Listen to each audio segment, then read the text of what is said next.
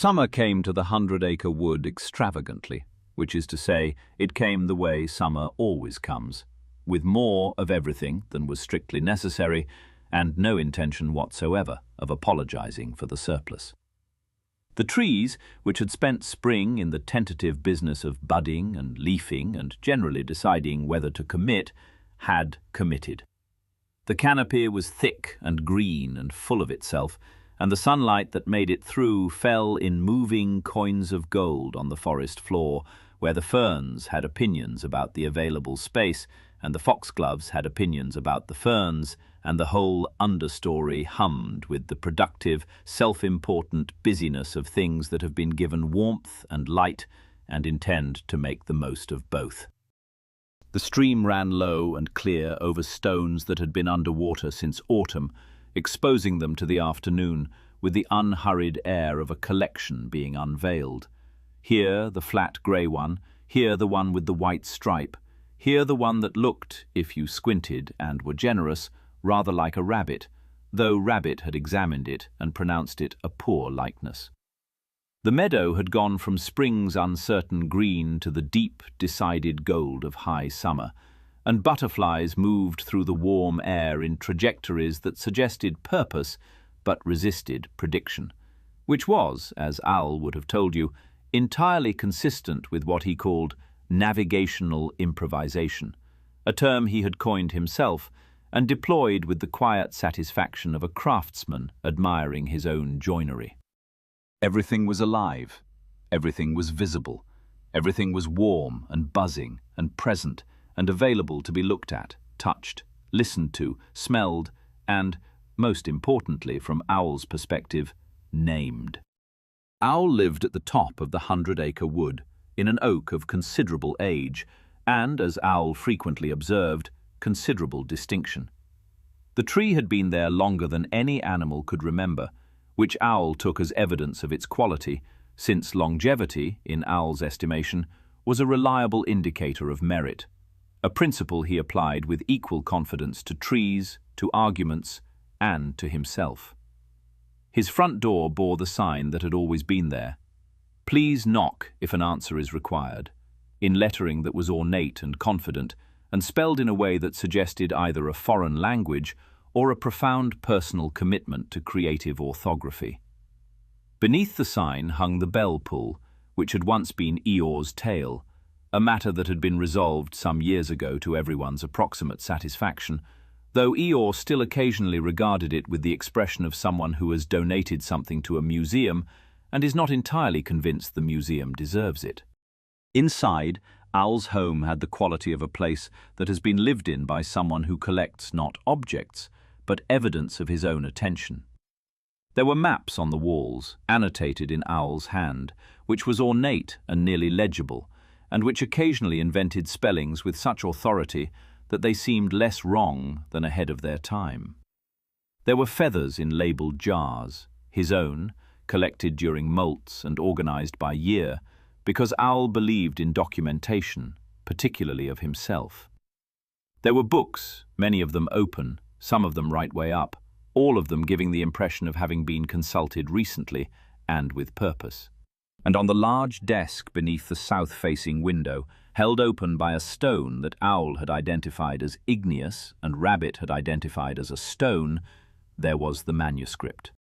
Owl had been writing a natural history of the 100-acre wood since the previous autumn, and the manuscript had grown with the steady, untroubled pace of a thing that has no deadline and no editor and no particular anxiety about either. It was, at present, 214 pages, covering the period from September to the following March, and it included, among its many and varied contents, a chapter on the migratory patterns of local birds, largely speculative, a chapter on the geology of the stream bed, confidently wrong, a chapter on the characteristic flora of the eastern reaches, beautifully written, indifferently observed, and a lengthy appendix on weather, which consisted primarily of Owl's opinions about weather expressed with the grammatical structure of facts, supported by anecdotes about his Uncle Robert, who had once predicted a thunderstorm 3 days in advance by the behavior of his left knee, a feat Owl cited as evidence of the hereditary nature of meteorological sensitivity. The natural history sat on the desk and grew. Outside the window, the 100-acre wood lived and buzzed and photosynthesized and did the 1,000 unnamed things that living woods do in summer. And Owl wrote about it, and the writing and the living happened in the same place and in the same season, but not, if one were being precise, which one was, at the same time. On the south-facing side of the trunk, roughly halfway between Owl's front door and the first major branch, there was a formation that Owl called the Venerable Burl.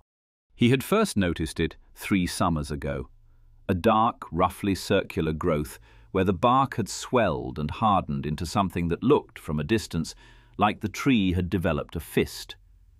Owl had examined it with great interest and greater confidence, and had determined, on the basis of his extensive reading and his even more extensive willingness to form conclusions, that it was a burl, a natural growth produced by the tree in response to environmental stimuli. A feature of maturity, he explained to visitors, with the particular warmth of someone sharing a point of personal pride. Not unlike a distinguished greying, if one may draw the analogy, which one may, since I have just drawn it. He showed it to everyone who came. He had, over the years, worked it into his standard tour of the tree, which was a thing Owl conducted without being asked, and which visitors received without having been warned. You will observe, he would say, pausing at the south window, the venerable burl, characteristic of the mature English oak, Quercus robur, if one wishes to be precise, and one does, indicative of the tree's robust response to its environment, a sign of vigour, not distress. The tree, you see, is building. The venerable burl had grown since Owl first noticed it.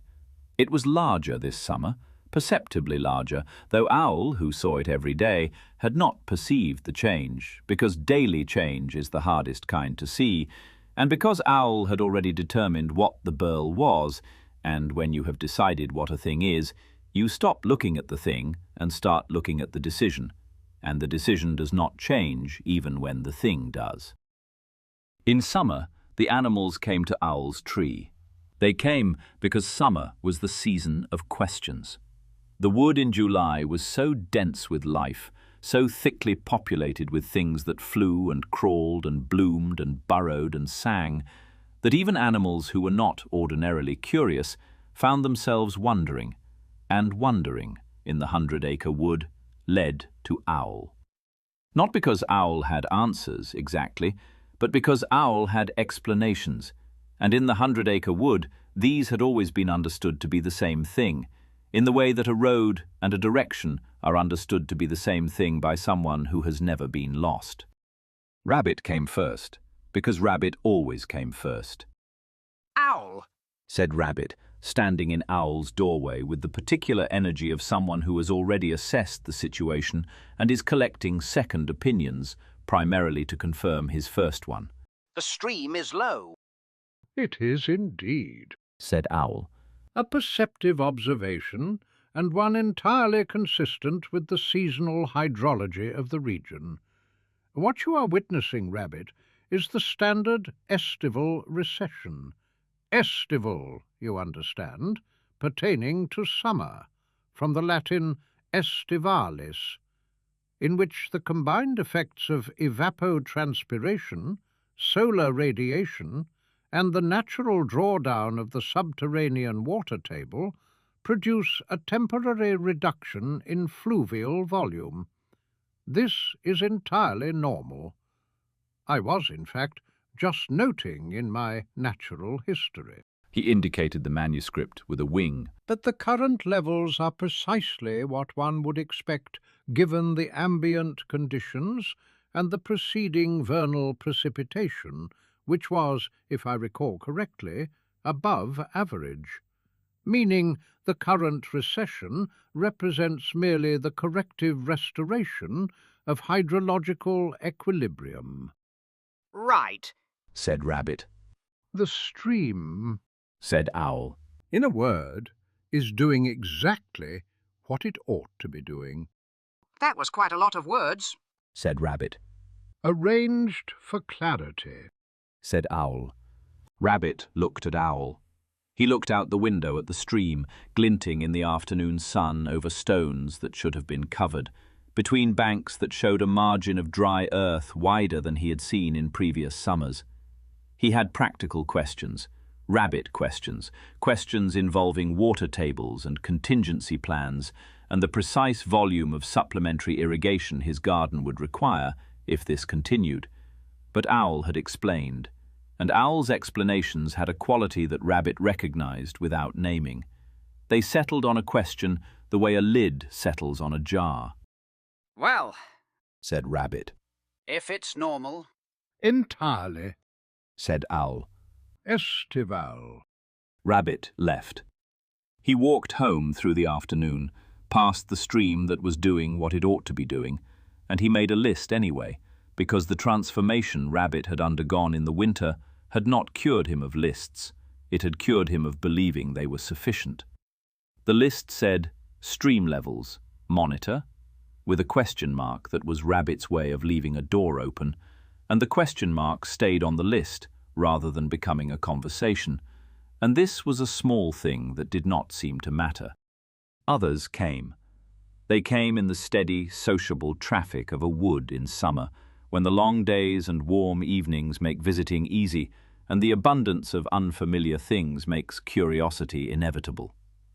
Kanga came and asked Owl about a plant that had appeared near the stream, tall, purple-flowered, unfamiliar, and Owl identified it confidently as Lythrum salicaria, the purple loosestrife, and explained its growth habits and preferred conditions, and its tendency to colonize riparian margins, which was impressive and detailed and happened to be the wrong plant, because the plant Kanga had found was rosebay willow herb, which is a different thing entirely, and which grows not where water is abundant, but where ground has been disturbed, which was information that would have been worth knowing, and which Owl's confident identification had made unknowable, in the way that a wrong answer, delivered with authority, is more dangerous than no answer at all, because it sends you home satisfied. Kanga thanked him. She walked home along the upper path with an answer that felt solid and was hollow, and the plant by the stream went on being what it was, regardless of what it had been called. Piglet came past in the afternoon, walking the lower path. He did not come to Owl's tree. He came past it, which is a different thing, and the difference mattered in the way that differences always mattered to Piglet, which was quietly and precisely and without anyone else noticing. Piglet's path took him along the base of the rise on which the oak stood, and from this angle, from below, from the ground level, from the height at which Piglet met everything, the tree looked different than it did from inside or from above. He paused. Not for long. Piglet still did not pause for long in exposed places, because pausing invited questions, and questions invited the need to explain, and explaining had become easier since the spring, but had not yet become easy. He looked at the base of the trunk, where the bark met the earth, and his eyes found what his body registered before his mind named it: a darkening in the bark near the ground, a softness in the colour that should not have been there, and above it the underside of the venerable burl, which from below looked less like a fist and more like a swelling, a pressure from within rather than a building up from without. The bark around it was not the colour of healthy bark. It was the colour of bark that is no longer doing what bark does, which is to protect, and is instead doing something else, which Piglet did not have a name for and did not try to name, because Piglet had learned that seeing clearly sometimes meant holding what you saw without reaching for the word. He looked. He carried what he saw the way he carried everything, carefully, in the place where his observations lived, until they were ready to be spoken.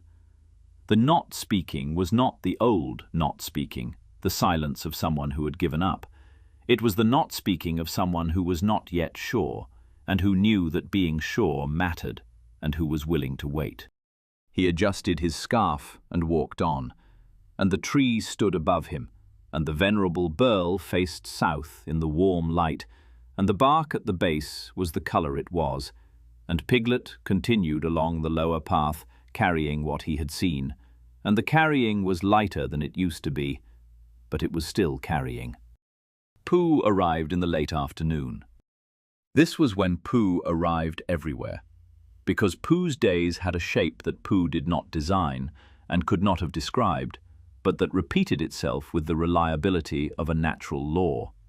Mornings were for honey, early afternoons were for thinking about honey, late afternoons were for visiting, and evenings were for wondering whether there was any honey left. It was a good shape. Pooh was satisfied with it, though he would not have used the word satisfied, because that implied he had considered alternatives, and Pooh did not consider alternatives to things that were working, which was, if one thought about it, a kind of wisdom, though Pooh would not have used that word either, because Pooh did not use words for things he simply did. "Good afternoon, Owl," said Pooh, settling into the armchair that had been by long custom the place where Pooh sat when he visited Owl, though Owl referred to it as the consulting chair, which made it sound official, and which Pooh did not mind, because the chair was comfortable regardless of what it was called. "Good afternoon, Pooh. You'll have tea. I've put the honey out already, the pale sort, from the jar that Rabbit brought in May. I recall you have a preference." This was true, and it was a small thing, but it was not nothing. Owl remembered. Underneath the lectures and the explanations and the tours of the venerable burl, Owl remembered how his friends took their tea, and he put the honey out before they arrived, and the putting out was not a performance. It was the other thing, the thing beneath the performance, quiet and unnarrated and real. "Thank you, Owl," said Pooh, who appreciated honey in all its forms and was not particular about the philosophical context in which it was offered. "You'll find me at work on Chapter 17, said Owl, stirring his own tea with the deliberate air of someone who wants it understood that he has been interrupted from important work, but is too gracious to say so. The Lepidoptera of the Eastern Wood. Butterflies, Pooh, and their various habits and movements and seasonal manifestations. I have been observing a particularly fine specimen this past week, Vanessa Cardui, the Painted Lady in the common parlance, which has been frequenting the buddleia near the South Meadow. A migratory species, Pooh. It will have arrived from the south, from considerably to the south, possibly across the Channel, following ancestral routes established over centuries and encoded in the species' navigational inheritance, so that each individual butterfly is, in a sense, a living map of a journey it has never consciously— "Oh, said Pooh. is that the orange one?" Pooh did not, as a rule, interrupt. But this was not, in Pooh's understanding, an interruption. It was a conversation about a butterfly he had met, and when someone is talking about a butterfly you have sat with, it is only polite to say so. It is predominantly orange, yes, with a patterning of— "I've been watching it. said Pooh. It's been on the lavender by my house. It was there yesterday morning, and again this morning. I think it likes the lavender particularly." It is not precisely a question of liking, Pooh. Lepidopteral feeding behaviour is governed by a complex interaction of— "It stays a long time on each flower, said Pooh. much longer than the small white ones. And it opens and closes its wings very slowly while it sits there, as though it were thinking about something. I watched it for quite a long time this morning. I was going to have breakfast, but the butterfly was thinking, and it seemed rude to leave. Owl opened his mouth. A lecture on thermoregulatory basking and the relationship between wing angle and solar absorption assembled itself behind his beak with the practiced efficiency of something that had been assembled many times before, each component sliding into place: the terminology, the structure, the confident arc from observation to explanation. And the lecture was ready, complete, entirely correct in its mechanics, and entirely beside the point, because Pooh had not asked how the butterfly regulated its temperature. Pooh had watched a butterfly think, and the watching, the unhurried, unanalyzed, genuinely attentive watching of a bear who had delayed his breakfast because a butterfly seemed to be having a moment and it would have been rude to leave, was a thing that Owl's Chapter 17 did not contain, because Chapter 17 was about the painted lady's migratory routes and feeding patterns and taxonomic position, and Pooh's observation was about a butterfly on a lavender bush being alive on a summer morning, and those were different things, though Owl's vocabulary did not have a word for the difference. Yes, well, Said Owl. the point is that it is a migratory species. Is it? Said Pooh. It doesn't seem to be going anywhere. It seems to be staying, which I think is nice of it. It's a nice butterfly. Pooh, Said Owl, with the affectionate weariness of someone who has been trying to educate the same bear for many years and has not yet accepted that the bear may not require educating. it is not nice. It is an organism responding to environmental stimuli according to its evolved... It has very kind eyes. Said Pooh. For a butterfly. Owl looked at Pooh. Pooh looked back with the expression of a bear who has said what he has said and is comfortable with having said it, and is now thinking about whether there might be more honey. The afternoon light came through the south window and caught the steam rising from Pooh's tea, and the light was golden, and the steam rose in slow curls, and somewhere outside, a butterfly that was not migrating sat on a lavender bush with its wings open to the sun, being alive in a way that had no Latin name. More honey. Said Owl. Yes, please. Said Pooh.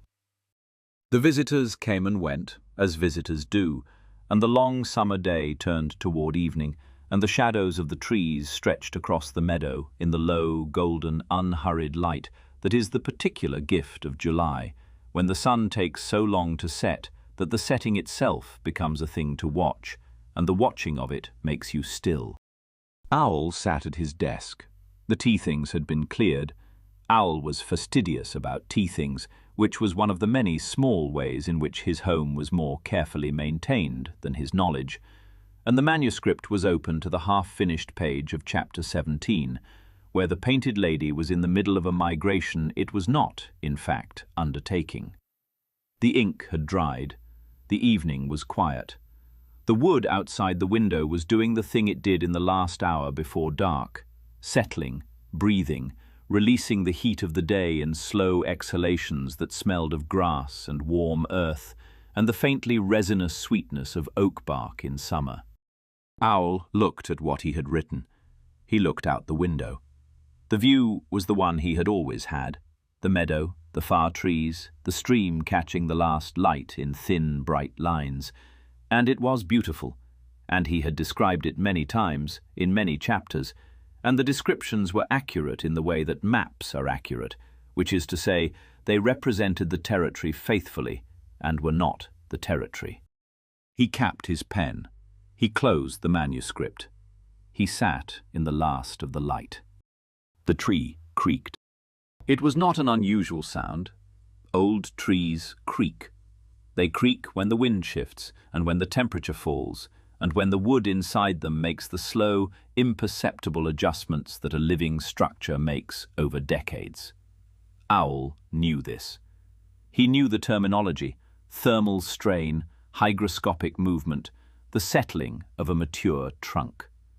The sounds were catalogued, named, filed in the part of his mind where such things lived, which was a large and well-organized part, though the organization bore the same relationship to actual understanding that his maps bore to the actual wood. The tree creaked again.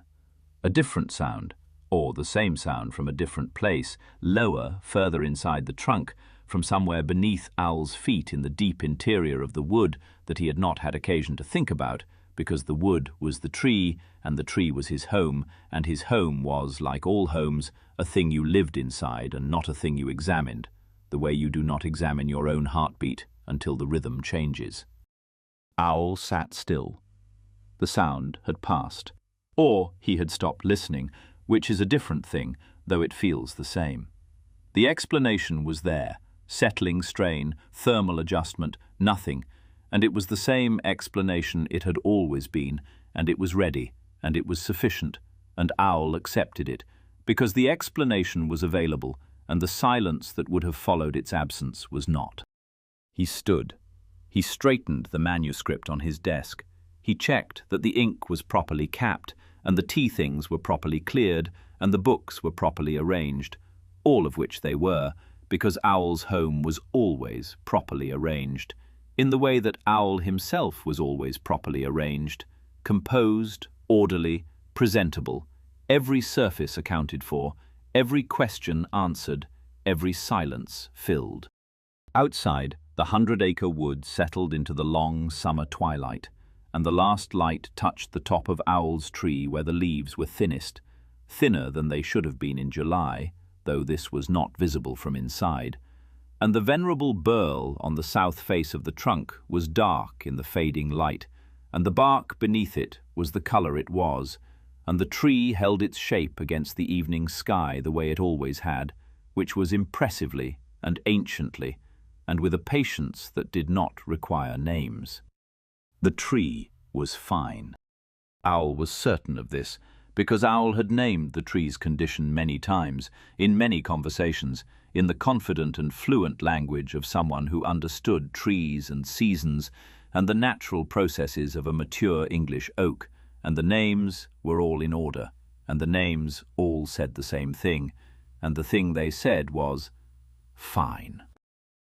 And below, in the bark, in the wood, in the dark interior where the names did not reach, something that was not fine continued, quietly, to not be fine, in the way that things do when they have been named too soon and listened to too late.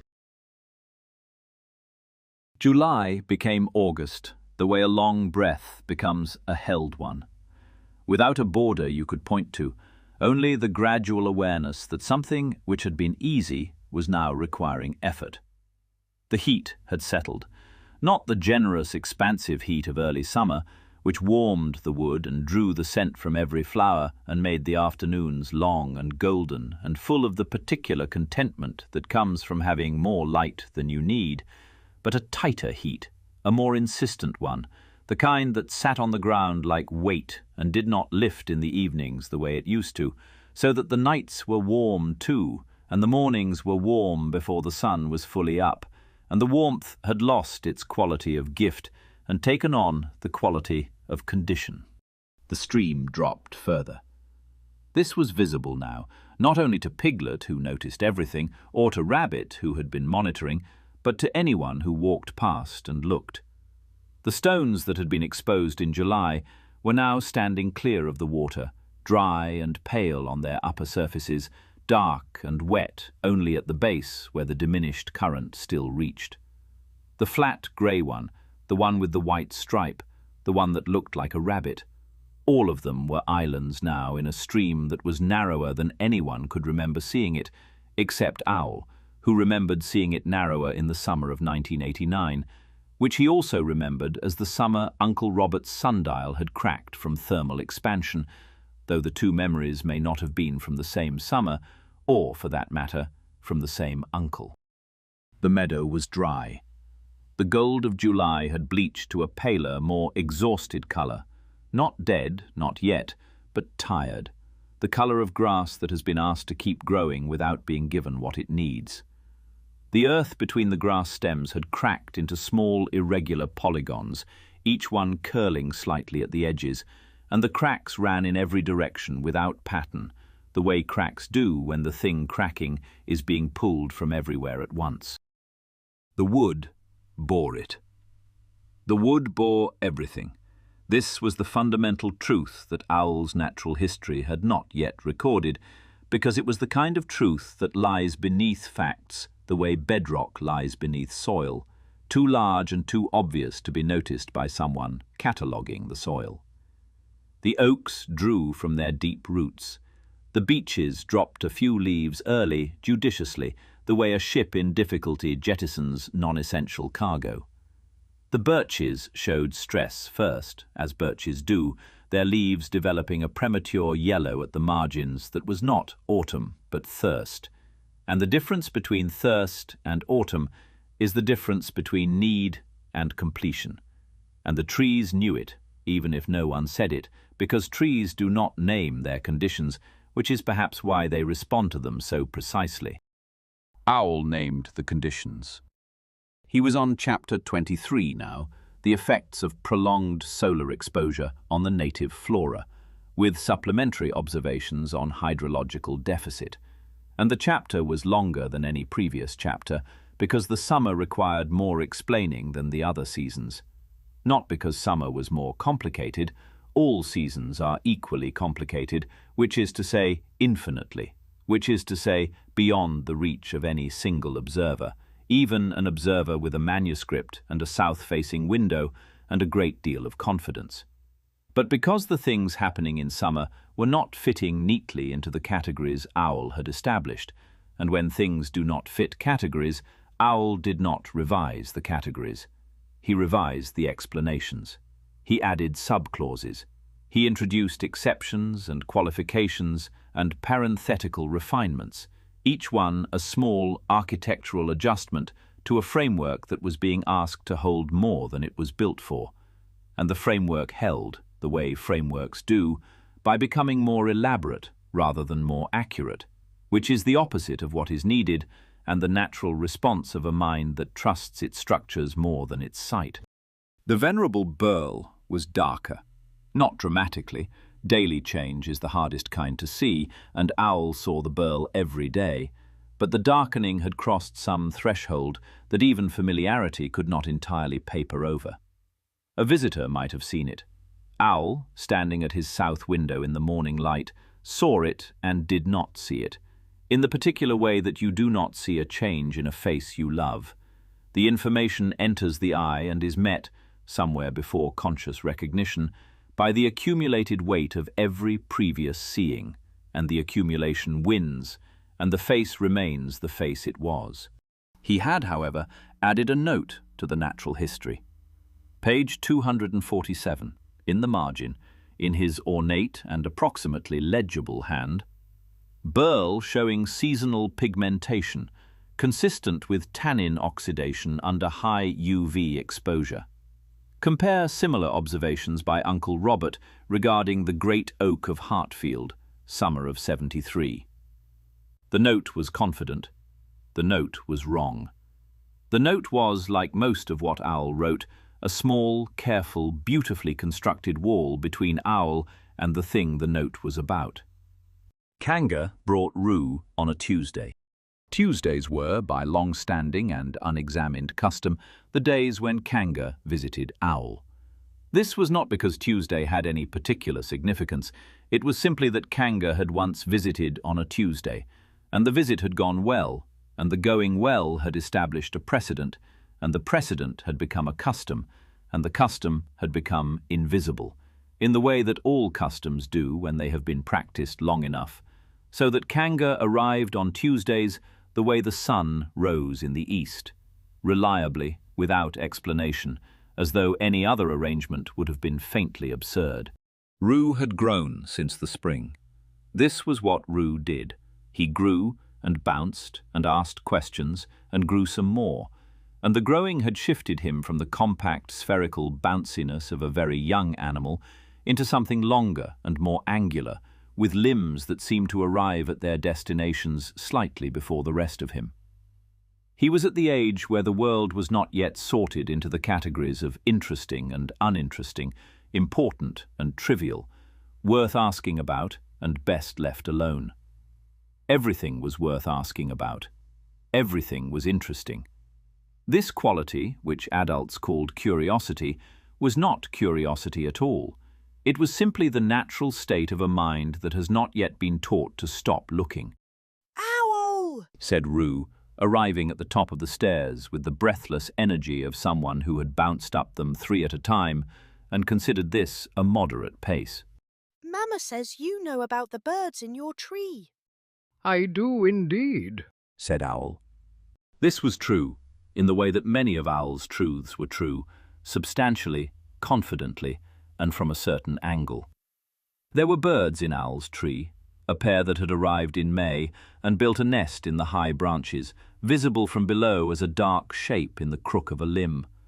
Owl had identified them as spotted flycatchers, Muscicarpa striata, on the basis of their size, their upright perching posture, and their habit of making short, darting flights from exposed branches to catch insects on the wing before returning to the same perch, which was, as Owl had noted in Chapter 14, a behavioural pattern pathognomonic of the species, that is to say, characteristic to the point of being diagnostic. He had told everyone who visited about the spotted flycatchers.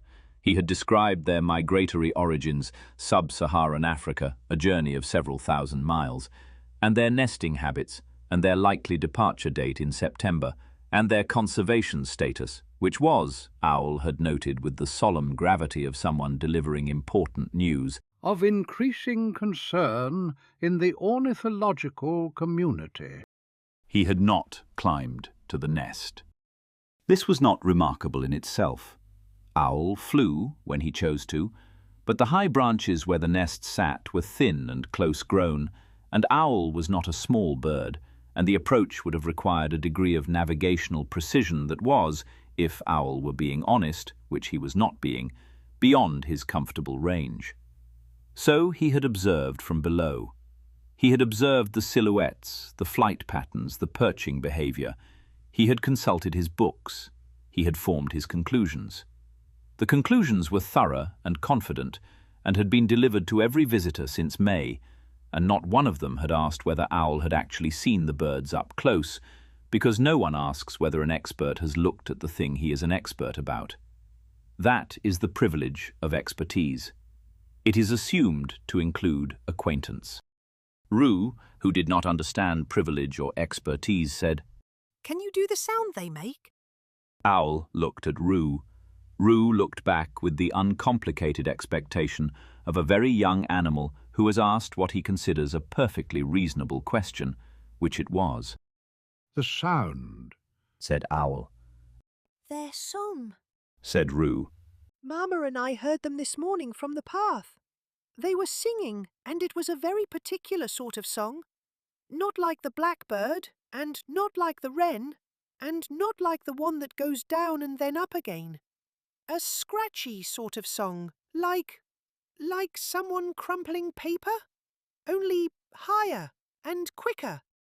Roo paused, searching for the precision that his vocabulary could not yet supply, but that his ear had captured perfectly. Can you do it? You must know it if they live in your tree. The question was not a challenge. Roo was not testing Owl. Roo was doing the thing that Roo did, which was to assume that the world worked the way it ought to work, and the way it ought to work was, if you know about a bird, you know its song, the way you know a friend's voice, because knowing and hearing are the same thing, obviously, and how would you know a bird if you hadn't listened to it? Owl opened his mouth. The song of the spotted flycatcher is thin and high and scratchy, a sequence of short, sharp notes delivered without melody, functional rather than beautiful, the kind of song that is easy to overlook and difficult to reproduce because it has no pattern the human, or owl, ear naturally holds. Owl knew this. He knew it the way he knew everything about the flycatchers, from his reading, from his references, from the description in his books, which said thin, scratchy, ZZit call, a transliteration that was accurate the way a map of a mountain is accurate, which is to say, it represented the shape without conveying the experience of standing on it. He could not do the sound. He could describe it. He could classify it. A contact call of moderate frequency, typically in the range of 6 to 8 kilohertz, delivered in brief staccato phrases. He could explain its function, territorial assertion, mate communication, the standard repertoire of the passerine vocal apparatus. He could contextualize it within the broader acoustic ecology of the 100 Acre Wood, relating it to the songs of the species Rue had mentioned, the blackbird's fluting, the wren's explosive trill, the chaffinch's descending phrase. And he could do all of this with fluency and confidence and genuine erudition, because Owl was genuinely erudite, which is a real thing and not nothing. But Rue had not asked for a description.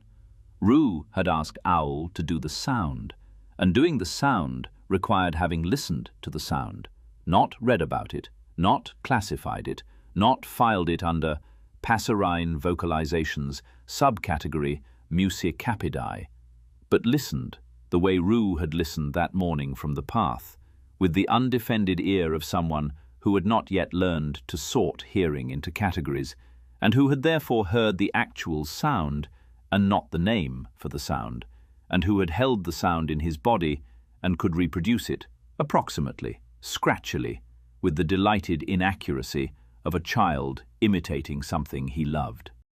"The call of the spotted flycatcher," said Owl, "is a thin, high-pitched vocalization, typically rendered in field guides as—" "But can you do it?" said Rue. "I am describing it, Rue." "I know," said Rue, with the polite puzzlement of someone who had asked for a song and was being given an essay. "but what does it sound like?" Kanga was watching. She was watching Rue, as she always watched Rue, but she was also watching Owl, and her watching had the quality of someone who is seeing something clearly and choosing, precisely, not to name it. She had walked Piglet's lower path. She had learned in the spring about the difference between watching and seeing. She saw Owl now, the hesitation, the machinery of explanation spinning in the space where the song should have been, and she said nothing, because Kanga knew when nothing was the right thing to say.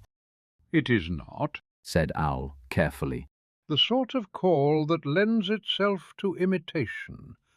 The tonal qualities are— It is a subtle call, Rue, an expert's call.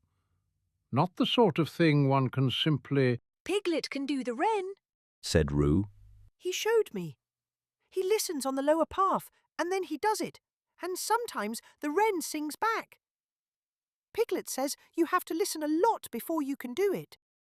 The afternoon light came through the south window and caught the dust motes that floated in Owl's study, and the turning was random and the brightness was borrowed, and together they made something that looked like a pattern but was not a pattern, and Owl sat in the middle of it and felt something he could not immediately classify, which was the feeling of a question he could not answer, being asked by someone too young to know it couldn't be answered, which is the most honest kind of question and the hardest to deflect. "I shall have to listen more carefully," said Owl. "Yes," said Rue, delighted by this, because to Rue the solution was obvious, and the only surprise was that it hadn't been done already. "and then you can teach me, and I can do it too. Can I have a biscuit?" There were biscuits, and the rest of the afternoon passed the way afternoons pass when Rue is in the room, warmly, lightly, full of other questions about other things, each one asked with the same uncomplicated expectation as the last, and answered with the same willingness, because Owl enjoyed visitors, and particularly enjoyed visitors who asked questions, even when one of the questions had opened something that the others could not close. Kanga took Rue home when the light began to lengthen, and the afternoon settled back into quiet, and Owl sat at his desk. He opened the manuscript to chapter 14, where the spotted flycatchers were described across 4.5 pages of careful, confident prose. He read what he had written. It was good.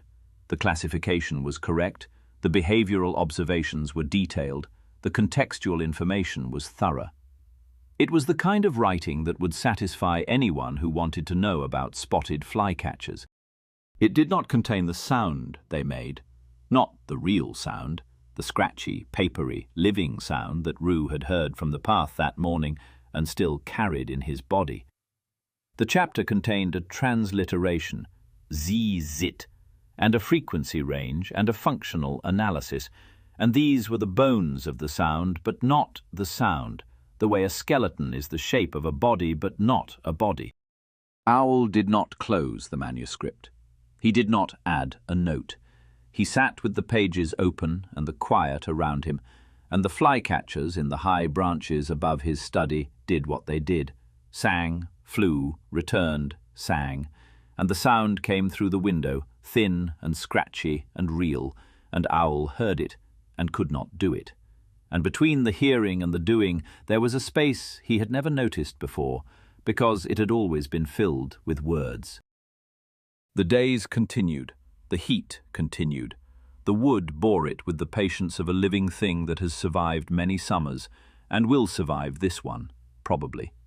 And the probably was the part that the animals felt without saying, the way you feel a tooth that is not yet aching, but is no longer entirely comfortable. Piglet walked his lower path. He walked it every morning, as he had since the spring, and the walking had become what the walking was, not a retreat from the world, but a way of meeting it at the level where Piglet met everything, which was the level of the ground, where the details lived. He had shown Rabbit the downstream section of the bank, and Rabbit's channels were holding, and the collaboration, Piglet's watching, Rabbit's engineering, had settled into the quiet, functional partnership of two competencies that had learned to work together without one absorbing the other. He walked past Owl's tree every day. He looked up every day. And every day, the thing he had first noticed in the early days of summer, the darkening of the bark near the base, the underside of the burl, was there. And every day, it was slightly more there than it had been the day before, in the way that things that are slowly worsening are slightly more themselves each time you look. Piglet had not spoken about it. Not because of the old silence. That silence was gone, or rather it had been replaced by a different kind of not speaking, the kind that comes from experience rather than fear. Piglet had spoken about the bank in the spring, and the speaking had mattered, and the mattering had taught him that his seeing was worth trusting. But the bank had been an emergency. The bank had been weeks of accumulation, followed by an acute moment when speech was the only option. The tree was something else. The tree was slow. The tree was doing something that Piglet could see, but could not yet name with enough certainty to say it to someone who would have a name for it already. A longer name, a more confident name, a name with Latin in it. He was not sure. And being not sure, for Piglet, was no longer the paralysis it had been. It was a station, a place you stood while you continued to watch, while you let the evidence accumulate, while you waited for the picture to become clear enough that your voice, when you used it, would carry something solid rather than something approximate. The spring had taught him to speak. It had also, more quietly, taught him when to wait. He checked the bark each morning. He noted the colour. He noted the burl. He did not keep a list, that was Rabbit, but he kept the observations in the place where Piglet kept everything, in the careful, precise, unsorted archive of a very small animal who had learned that his seeing was a thing the world could use when the time came. The time had not yet come. Piglet walked on. Owl gave a lecture on Wednesday. This was not unusual. Owl gave lectures with the regularity and inevitability of weather, though with less practical application. But this lecture had a particular occasion, which was that Tigger had asked him a question. Tigger did not ask questions often. Tigger bounced. And the bouncing was a way of meeting the world that did not generally require explanation, because the world, when you meet it at speed, explains itself. It is hard or soft, wet or dry, bouncy or not, and what more does a body need to know? But occasionally the world did something that the bouncing could not account for, and when this happened, Tigger arrived at Owl's door with the startled energy of someone who has encountered a fact and does not know where to put it. "Owl, old buddy," said Tigger. "I need to ask you a thing. I was bouncing through the bit by the stream, the good bit, where the ground does that springy thing, and leaves kept getting stuck to my stripes, and it isn't even conker season. Leaves shouldn't be coming off yet. Something's gone funny." It was a good question. It was, in fact, the question, though neither Tigger nor Owl recognized it as such. The birches near the stream had been dropping leaves for a week. Not many, not dramatically, but enough to notice if you were Tigger and you bounced through that section daily and the leaves stuck to your stripes in a way they hadn't done before August. The premature leaf drop was a symptom, the wood speaking in the language of living things, which is the language of visible change, which is the only language trees have. And the symptom was saying, not enough water. Owl received the question the way Owl received all questions, which was as an invitation to explain. The phenomenon you are observing, Tigger, is an adaptive response known as premature abscission. Premature, meaning before the expected time, and abscission, from the Latin abscindere, to cut off, in which deciduous species reduce their transpirational surface area in response to hydric stress. The tree, you see, is not dying, it is conserving. It is making a strategic decision to sacrifice peripheral foliage in order to preserve core function, not unlike a general withdrawing his outermost regiments in order to fortify the centre. A sound tactical decision, and one that speaks to the considerable evolutionary intelligence of the species in question. "So they're fine," said Tigger. They are responding with admirable efficiency, said Owl. "Righto," said Tigger, and bounced away, satisfied. Owl stood at his window after Tigger left and looked at the birches and felt, not doubt. Owl did not feel doubt, because doubt was a gap in the structure, and the structure did not have gaps, because the structure had been built over many years and many chapters and many lectures to have no gaps, and the not having gaps was the structure's purpose, and the purpose had been achieved. The birches were conserving. The stream was in estival recession. The burl was showing seasonal pigmentation. The tree was building. Everything had a name. Every name had an explanation. Every explanation was a brick in a wall that was solid and high and beautifully constructed and faced the wrong way, outward, toward the wood, where it presented a surface of confident knowledge, while behind it, on the inside, where Owl lived, the names had no purchase on the silence that was growing there, not loudly, not urgently, but with the slow, patient insistence of a thing that has been trying to be heard for a long time and has learned to wait. Late evening. The heat of the day still held, pressed into the wood of the tree and the stone of the walls, and the air inside Owl's study, where the south window was open and the curtain did not move because there was no wind to move it. Owl sat at his desk. The manuscript was open.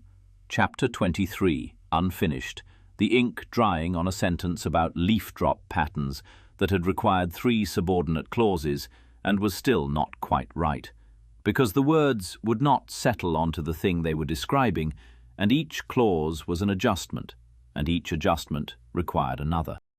He put his pen down, not deliberately, not with the conscious intention of stopping, but in the way that you put something down when your hand forgets to hold it, when the holding has become effortful in a way it was not before. The study was quiet. Not the comfortable quiet of an evening in a well-ordered room.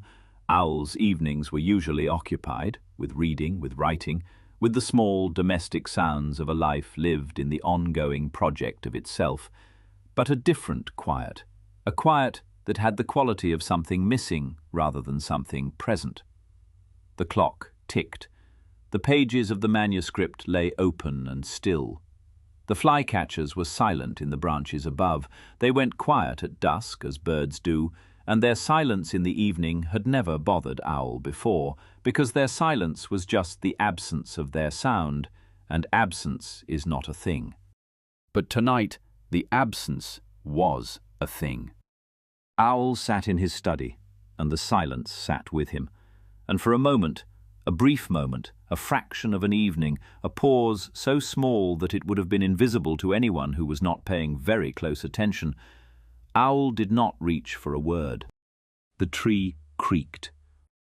It was the deep creak, the one from below, the one he had heard before and named, settling strain, thermal adjustment, the mature trunk's response to temperature differential. And the name was there, ready, the way it was always ready, the way there was always a name for everything in Owl's world, because the names were the world, and the world without names was... The creak continued, longer than usual, a sound with weight in it, the sound of wood under pressure, of a structure holding more than it could hold for long, and it came from the inside of the tree, which is a place you cannot see. Owl listened. He listened the way Roo had listened to the flycatchers, which is to say, he listened without a name ready, without a classification prepared, without the machinery of explanation already running. The listening lasted 3 seconds, perhaps 4.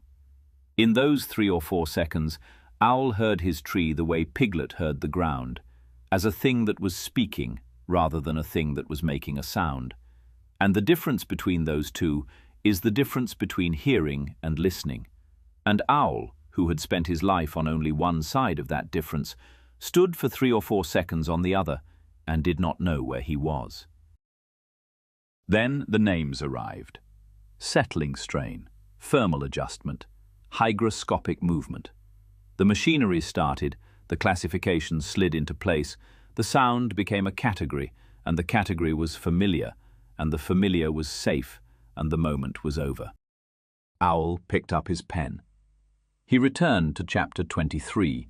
The sentence about leaf drop patterns needed a 4th subordinate clause, and Owl wrote it, and the clause was elegant, and the elegance was a small, perfect, invisible door closing on the 3 or 4 seconds in which Owl had heard something true and had not been ready for it. Outside, the tree held its shape against the darkening sky. The venerable burl was invisible in the dusk. It faced south, and the last light came from the west, but it was there, the way it was always there, larger than it had been in the spring, darker than it had been in July, doing what it was doing in the slow, patient, unnamed way that living things do the things they do when no one is looking, and no one has asked, and no one has put a word on it yet. The flycatchers were silent. The wood was still. The held breath of July had become the tightened throat of August, and the tightening was quiet, and the quiet was full, and the fullness was the kind that comes not from abundance, but from the accumulation of things unsaid, which is different from silence, though it sounds the same. The rain did not come. It had been expected, or rather, it had been explained. Owl had devoted a section of chapter 23 to the anticipated arrival of what he called the late estival precipitation event, which was, in his account, a climatological near certainty. He had cited precedents. He had referenced Uncle Robert. He had produced, in the margins of the manuscript, a small chart showing the historical rainfall patterns of the 100 Acre Wood as he remembered them, which was to say, as he preferred them, which was to say, with a reliability that the actual sky did not share. The second week of August passed. The third week began.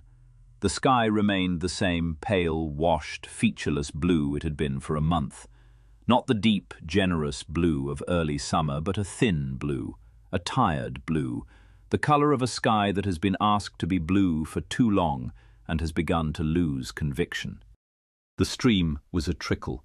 The meadow was cracked and pale. The wood was quiet in a new way, not the comfortable quiet of a summer evening, but the quiet of a living system under pressure, a quiet made of effort, of trees pulling water from deeper and deeper in the earth, and the working harder was invisible from above, but audible, if you listened, in the quality of the silence itself, which was not restful, but taut. Owl's tree was visibly struggling. This was the fact that had been approaching all summer, the fact that the names had been trying to contain, and the fact had outgrown the names. The canopy had thinned, not at the edges, where thinning might have been attributable to the standard mechanisms of adaptive abscission that Owl had described to Tigger, but at the crown, where the highest branches had dropped their leaves entirely, so that the top of the tree was a lattice of bare wood against the pale sky, and the light that came through was harsher and more direct than it should have been in August. The bark had changed colour, not the seasonal pigmentation of Owl's marginal note, but a greying, a drying, a loss of the living quality that healthy bark possesses and that you do not notice until it is gone, because health is invisible, and what replaces it is not. The venerable burl was larger. This was now undeniable. Owl could see it from his south window, could see that it had grown beyond the boundaries of what he had first observed, spreading outward and slightly downward along the trunk, in a way that no longer resembled a fist or a knot or any of the confident analogies he had used in his tours. It resembled, if one were being honest, which the season was now requiring, a wound.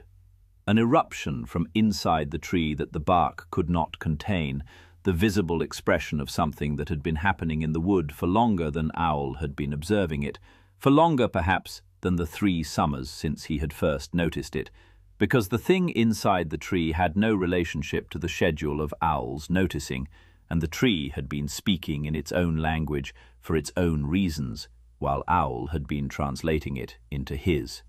He had added more notes to the natural history. The notes were longer now, more detailed, more carefully qualified. Where the early notes had been brief and confident, seasonal pigmentation, see Uncle Robert, the recent ones were layered with sub-clauses and exceptions, the architectural additions of a framework under strain, each new qualification a small buttress propping up a wall that was being asked to hold more than it was designed for. The most recent note described the burl's expansion as unusual but not unprecedented, and attempted to correlate it with hydrological stress, citing similar observations in mature oaks during the drought of, and here the note stopped, because Owl could not, if he were honest, remember a comparable drought, and the blank space on the page was the closest thing to an admission that the manuscript contained. Piglet had been watching the tree for 6 weeks. He had watched it the way he watched everything, from below, from the angle that showed the underside of things. Each morning he had paused at the base of the rise and looked up, and each morning the thing he was watching had been slightly more itself, the way things that are slowly changing are slightly more themselves each day, until one morning the change is no longer slow, or rather it has always been the same speed, but your perception of it catches up, and the gradually becomes a suddenly, and you see what has been happening all along. Piglet saw it on a Thursday. He saw that the bark at the base of the tree, which had been darkening all summer, was no longer merely dark. It was soft. Not the softness of living bark, which has a suppleness, a willingness to flex, but the softness of bark that is losing its structure, that is being broken down from inside by something that Piglet did not have a name for, but that he recognized the way he recognized hollow ground, by the quality of what it told his senses, rather than by the word someone else had put on it. and he saw from below that the venerable Burl was not a Burl. He did not know what it was. He was not Owl. He did not have the vocabulary or the reading or the years of confident identification. But he had spent a spring listening to the sound of ground that was failing, and he had learned, in the hard and simple way that experience teaches, what failing looks like when it is hidden under a surface that appears solid. And the Burl had the quality of something that was not building but breaking, not growing but being pushed out, not a sign of vigor but a sign of the opposite of vigor. And the opposite was visible from below in a way it was not visible from above, because from above you saw the Burl, and from below you saw how far it reached. Piglet stood at the base of the tree. The morning was already warm. It was always already warm now, the heat beginning before the day did, as though the summer had lost the ability to reset. He looked up at the oak that Owl lived in, the oak that was, by Owl's account, a tree of considerable age and considerable distinction, and he saw it the way he saw the bank. Not as a story someone had told him about it, but as a thing in front of him, being what it was. He was afraid. Not the old fear, not the heffalump fear, the wind fear, the world is too big fear that had been his constant companion before the spring. This was a different fear, a precise one. The fear of someone who has seen something true and must now carry it upward to the person who lives on top of the thing that is failing and must say it. And the person will have a longer name for it and a more confident explanation of it, and may not hear it, the way Pooh did not hear it, and Rabbit did not hear it, and Owl himself did not hear it, when Piglet came about the bank, until the afternoon when the ground opened and Piglet's voice crossed the meadow and Kanga moved. But Piglet was not the Piglet of the bank. He was the Piglet of the after, the Piglet who had shouted and had been heard, and had walked the lower path with Kanga, and showed Rabbit where to dig, and answered Roo's questions about what the ground said. He was the Piglet who had learned that the fear and the seeing were the same thing, and that the seeing was worth the fear, and that speaking what you saw was not the end of being afraid, but the beginning of being useful. He tightened his scarf. He climbed the path to Owl's front door. He knocked. Owl was at his desk. The manuscript was open. The pen was in his hand. He was writing, or trying to write, a passage about the restorative thunderstorms that had not arrived, and the passage was not going well, because the thunderstorm's failure to arrive required a revision of the chapter's central thesis, and the revision required an acknowledgement that the original thesis had been wrong, and the acknowledgement required, this was the part where Owl's pen stopped moving, the acknowledgement required Owl to write, on the page, in his own ornate and approximately legible hand, the words, "I was mistaken." He had not written them. He had written around them. He had written, "The anticipated late estival precipitation event has, as of the present date, not yet materialized, which is to say that the timing of the event has deviated from the projected schedule, owing to factors that are, at this juncture, insufficiently documented to permit a definitive." This was the sentence he was in the middle of when Piglet knocked.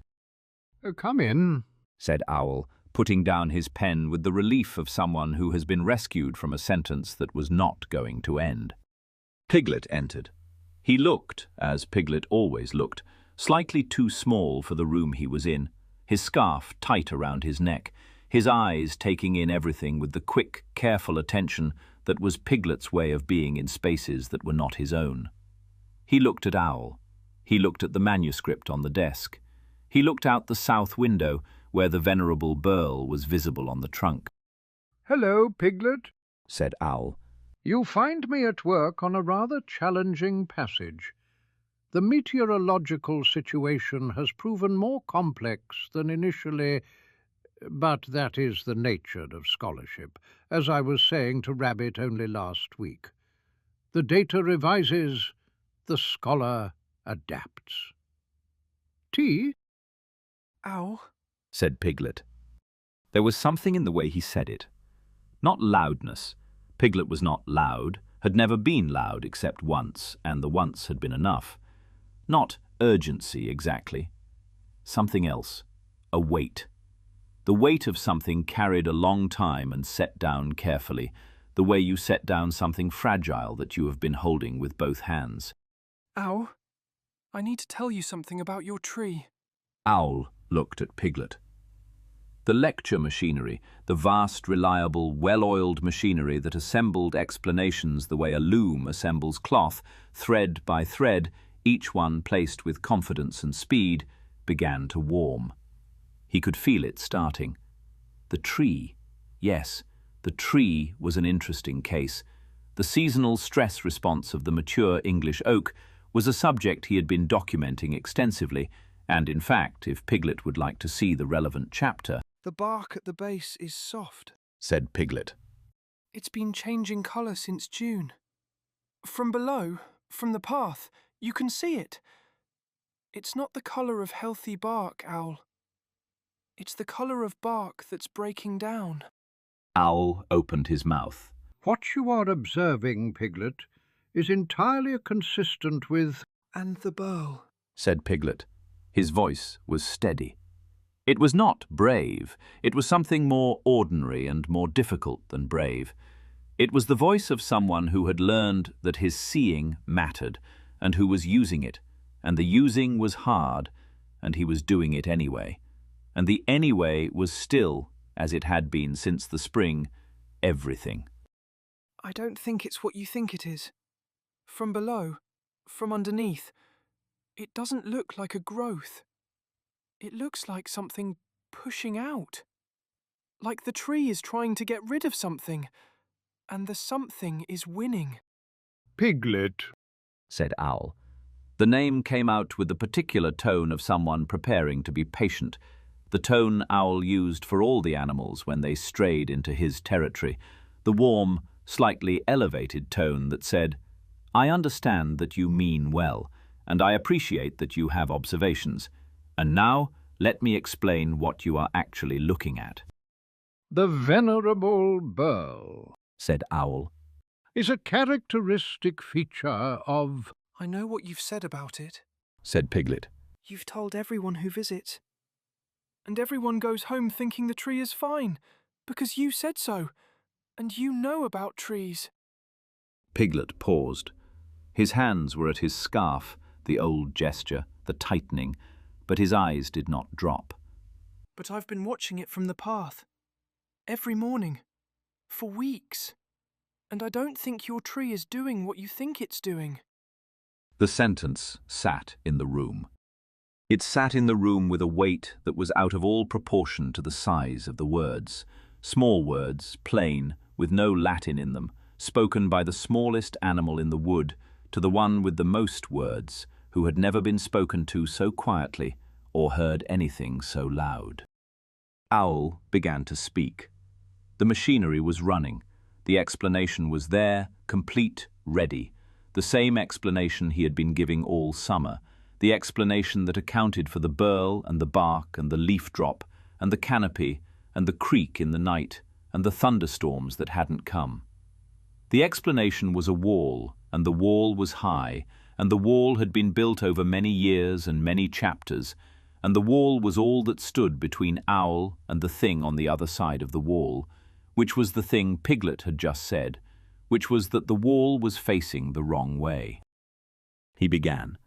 The phenomenon you are describing is entirely... And stopped. He stopped because Piglet was looking at him. Piglet was looking at him with the steady, quiet, unsurprised expression of a very small animal who has seen a thing clearly and has said what he has seen and is now waiting, not for an explanation, not for a correction, not for the longer name and the more confident framework, but for Owl to look. Just look. The way Pooh had looked at the butterfly, the way Roo had listened to the flycatchers, the way Piglet had listened to the ground for weeks before anyone else heard it. Just look. Before the name, before the chapter, before the explanation that settles on the question like a lid. Owl stood in his study in the warm afternoon, with the manuscript open on his desk, and the pen uncapped, and the ink drying on a sentence about thunderstorms that were not coming, and Piglet standing in his doorway with his scarf tight and his eyes steady, and for the first time in a very long time, for the first time perhaps since the 3 seconds in the evening when the tree had creaked and Owl had listened without a name ready, and the listening had passed through him like a shiver and gone, Owl did not speak. The silence was enormous. It was not the comfortable silence of an evening at home, or the companionable silence of friends who do not need to fill the air between them. It was the silence of a room from which all the furniture has been removed, and you are standing in it, and the room is your own room, and you have never seen how large it is, because the furniture was always there, and the furniture was the words, and the words were always there, and without them the room is vast and empty, and the echo of your own breathing comes back to you from walls you did not know were so far away. Owl stood in the silence. The manuscript was on the desk. The pen was beside it. The south window was open, and through it the trunk of his tree was visible, and on the trunk the venerable burl was visible, and Owl looked at it. He looked at it. Not the way he had looked at it for 3 summers, from inside, from above, from the vantage point of someone who had already decided what it was, and who looked each subsequent time, not at the thing, but at the decision. He looked at it the way Piglet had asked him to look at it, which was the way Piglet looked at everything, without the name first, without the explanation ready, with just his eyes and the thing in front of them, and the space between, which was not a space he had ever occupied before, because the space between Owl and the world had always been filled with words, and the words had always arrived before the seeing, and the seeing had never had to happen on its own. The burl was dark, darker than it had been in June, darker than the seasonal pigmentation he had noted in the margin of page 247, darker than any feature of a healthy tree would be. The bark around it was cracked, not the geometric cracking of the dry meadow, which was a surface phenomenon, but a deeper cracking, structural, the kind of cracking that happens when something beneath the surface is pushing outward with a force the surface cannot accommodate. The trunk beneath the burl was, Owl saw it now, saw it with the terrible clarity of someone seeing something for the first time that has been there all along. The trunk was distended, swollen. The wood beneath the bark was not solid. The tree was sick, not adapting, not conserving, not demonstrating the robust response of a mature English oak to seasonal stress. Sick, in the way that living things are sick when something inside them has gone wrong, and the wrongness has been growing for longer than anyone has been paying attention, because paying attention would have required looking, and looking would have required not naming, and not naming was a thing that Owl had never known how to do. The silence held. Piglet stood in the doorway. He had not moved. He had said what he came to say, and he was waiting. And the waiting was not impatience or expectation, but the quiet, practiced patience of someone who knew what it was like to see something true and not be heard, and who knew that the hearing takes longer than the seeing, and who was willing to wait. The tree creaked. The same creak, the deep one from inside, the one Owl had heard in the evening and named and sealed over. It came through the floor of his study, through the wood beneath his feet, through the structure of his home. And the names arrived, settling strain, thermal adjustment, hygroscopic movement, and for the first time in Owl's life, he refused them. He refused them not with an act of strength, but with an act of exhaustion, the final giving way of a structure that has been holding too much for too long. The names arrived, and Owl let them pass through him, acknowledged, felt, not held. And behind them, in the space where the names usually lived, there was the sound, just the sound of his tree under pressure, speaking in the language of living things, which is the language of audible change, and which Owl had been translating into his own language for 3 summers, and now heard, for the first time, in the original. The tree was showing him what it was.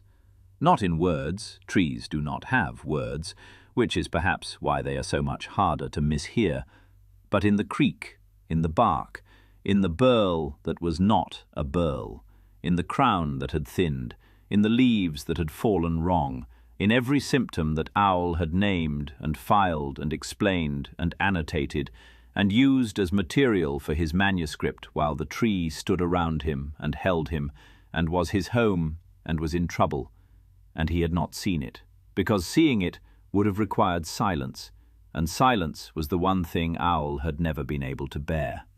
He sat down. Not at his desk. The desk was where the manuscript lived, and the manuscript was the performance, and the performance was over, or rather it had cracked, the way the bark had cracked from inside. He sat in the armchair, the consulting chair, where Pooh sat, where visitors sat, where the animals of the wood came to hear Owl explain things, and he sat in it not as the one who explains, but as someone who has just been told something he cannot explain, and the chair held him the way the tree held him, which was patiently, without commentary, without requiring him to be anything other than what he was, which was, at this moment, an old bird in a tree who had just discovered that the tree was sick and the bird had not noticed. Piglet crossed the room. He did not say anything. He sat on the footstool, the small one, the one that was piglet-sized in a room that was owl-sized, and he was there, and the being there was what Piglet did now. It was what the spring had taught him. Not just to speak, that was the dramatic part, the shout across the meadow, but to stay, to be present with someone in the moment when their walls come down, because walls coming down is terrifying, and terrifying was a thing Piglet understood from the inside. They sat together in the silence. The manuscript was on the desk, open to the unfinished sentence about thunderstorms. The pen was uncapped. The ink had dried.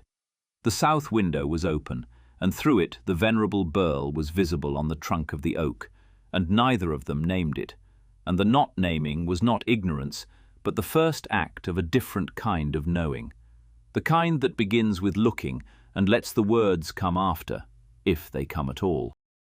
The tree creaked again, softly.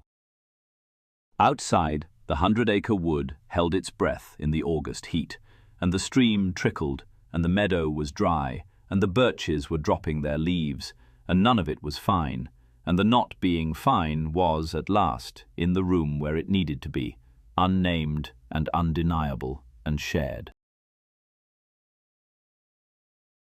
Owl did not sleep well. This was unusual. Owl generally slept with the solid, untroubled efficiency of someone whose mind has filed the day's contents in their proper places and closed the drawers, and whose body, having been given permission to rest by a mind that has finished its work, rests completely. Owl's sleep was, like his speech, well organized. Tonight, the drawers would not close. He lay in his bed, which was a large, comfortable bed that Owl had once described to Pooh as an example of the craftsman's art, though it was in fact a mattress in a frame, and the darkness of his room was the same darkness it always was, and the tree held him the way it always held him, and the holding was the same, but his awareness of the holding was different, in the way that your awareness of a hand on your shoulder changes when you learn that the hand is shaking. He listened. Not deliberately, not with categories and classifications prepared, not with a name already forming before the sound arrived. He listened because the silence would not let him do anything else. The silence had been there since the afternoon, since Piglet, since the moment the names arrived, and Owl had refused them, and the refusal had left a space, and the space had not filled, and the not filling was what kept him awake. The manuscript was on the desk in the next room. He could feel it there, the way you feel an unfinished conversation, present, waiting, exerting a gravity that is not weight but pull. 261 pages of confident, ornate, approximately accurate prose, and it had not mentioned that the tree it was written in was dying. Dying. Owl did not know if the tree was dying. He did not know what the tree was doing, which was the point, which was the whole terrible point. He did not know, and not knowing, for Owl, was not a starting place. It was a void. He got up before dawn. The morning was cool, the first cool morning in weeks, a shift in the air that carried the faintest suggestion of something other than heat, though the suggestion was so slight that it might have been imagination, or hope, or the body's habit of finding relief where none yet exists. The sky was pale. The wood was still. Owl stood at his front door. He had stood here thousands of times, going out, coming in, greeting visitors, delivering farewell speeches that were longer than the visits they concluded. The doorway was his threshold, the place where inside became outside, where his home became the world. And he had always crossed it with purpose, to give a lecture, to conduct a tour, to add an observation to the manuscript. He had always crossed it with words ready. He crossed it now with nothing ready. He went down. The path from Owl's door descended in a gentle spiral around the trunk, and Owl walked it slowly, the way you walk a familiar path when you are no longer sure what it passes through. He had walked this path thousands of times. He had never looked at the tree while walking it, not looked, not truly, because the tree was the thing he walked on and lived in, and you do not look at something you are inside of. You describe the view from its windows. He reached the ground. He stepped off the last root onto the earth, dry, cracked, warm even in the early morning, and turned and looked up. The tree was enormous. This was not new information. Owl knew the tree was enormous, had noted its girth and estimated its age, and described its canopy spread in Chapter 2 with the confident precision of a cartographer surveying from the inside. But knowing the tree was enormous and standing at its base looking up at it were different things, as different as reading about a mountain and standing at its foot. And the difference was not information, but scale. And scale is a thing you feel in the body, not the mind. From below, the tree looked tired. Not sick, or not only sick, tired. The way a living thing looks tired when it has been working hard for a long time without rest. The canopy, which from inside had seemed merely thinner, was from below visibly sparse. The sky showed through in places where it should not have shown through, and the branches that were bare had the grey, dry quality of wood that has stopped conducting water, stopped participating in the life of the tree, structure without function. The leaves that remained were smaller than they should have been, curled slightly at the edges. The green faded to a colour that was green the way a memory of green is green, present but not vivid. And the burl. From below, the burl was not the venerable burl. It was not the distinguished feature of a mature English oak, not the sign of vigour, not the analogy to dignified greying. From below, the burl was a rupture. The bark around it was cracked and lifted, and beneath the lifted bark the wood was dark and wet, not the healthy wet of sapwood, but the wrong wet, the wet of something breaking down, of cells losing their structure, of wood becoming not wood. The discoloration Piglet had seen spread downward from the burl toward the roots, in a stain that was wider than Owl had imagined, wider than any of his notes had accounted for, because his notes had been written from inside and above, and from inside and above the stain was invisible, because from inside and above you saw what you expected to see, and what Owl had expected to see was a feature, and what was there was a wound. Owl stood at the base of his tree and looked at the wound and did not name it. The not naming was not a decision. It was simply what happened when the names he had were no longer adequate, and the silence that replaced them was not yet unbearable. He stood in the space between the old knowing and whatever would come after it, and the space was raw and real, and the realness had been there all summer, and Owl had covered it with words, and the words were not enough. He put his wing against the bark, below the burl, where the wood was still sound, or where he hoped it was still sound. The bark was warm from yesterday's heat and rough against his feathers, and the roughness was specific, not the abstract roughness of Quercus robur bark as described in Chapter 2, but the particular roughness of this tree, his tree, the one he lived in. And the particularity of it was overwhelming. He stood there for a long time, one wing against his tree, in the early morning, before anyone else was awake. Rabbit found Owl at the base of the tree. This was unusual enough to slow Rabbit's stride, which took some doing, because Rabbit's stride in the morning was a purposeful, calibrated, list-driven stride that did not slow for scenery or sentiment. But Owl, at the base of his own tree, in the early light, looking upward with an expression Rabbit had never seen on Owl, an expression that was, if Rabbit were being precise, the absence of an expression, the face of someone who has stopped arranging his features for visitors. This slowed Rabbit down. Owl? Said Rabbit. Rabbit. Said Owl. Good morning. The words were the right words, Owl's words, polite, composed, but they were thinner than usual, as though they had been poured from a vessel that was not as full as it had been. Are you all right? I am... Owl began, and the sentence that would have followed, I am quite well, merely conducting an early morning inspection of the arboreal exterior as part of my ongoing documentation of, assembled itself with the old efficiency, and then, quietly, did not arrive. I am looking at my tree, said Owl. Rabbit looked at the tree. Rabbit had looked at many things this summer. His garden, the stream levels, the soil moisture in his vegetable beds, with the practical, measuring eye of an animal who monitored because monitoring was love. He looked at Owl's tree now with that eye, and the eye saw what it saw. The bark. Said Rabbit. Yes. Said Owl. And that growth. The one you've been... Yes. Rabbit was quiet. Not the silence of someone formulating a plan, but the silence of someone who had learned that the space before a plan is where you listen. He looked at the burl. He looked at the discoloration. He looked at the canopy, sparse against the brightening sky. How long? Said Rabbit. I don't know, said Owl. The words came out simply.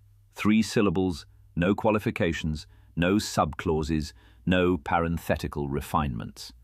I don't know. The plainest, barest, most un-owl-like sentence in the history of Owl's considerable verbal output, and it hung in the morning air between them with the weight of something that has cost a great deal to say, and is worth exactly what it cost. Rabbit nodded.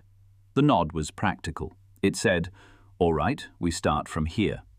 It was the nod of an animal who had once built a windbreak in a blizzard from sticks he didn't sort, who had learned that not knowing is not the end of usefulness, but the beginning of a different kind. I'll look into it, said Rabbit.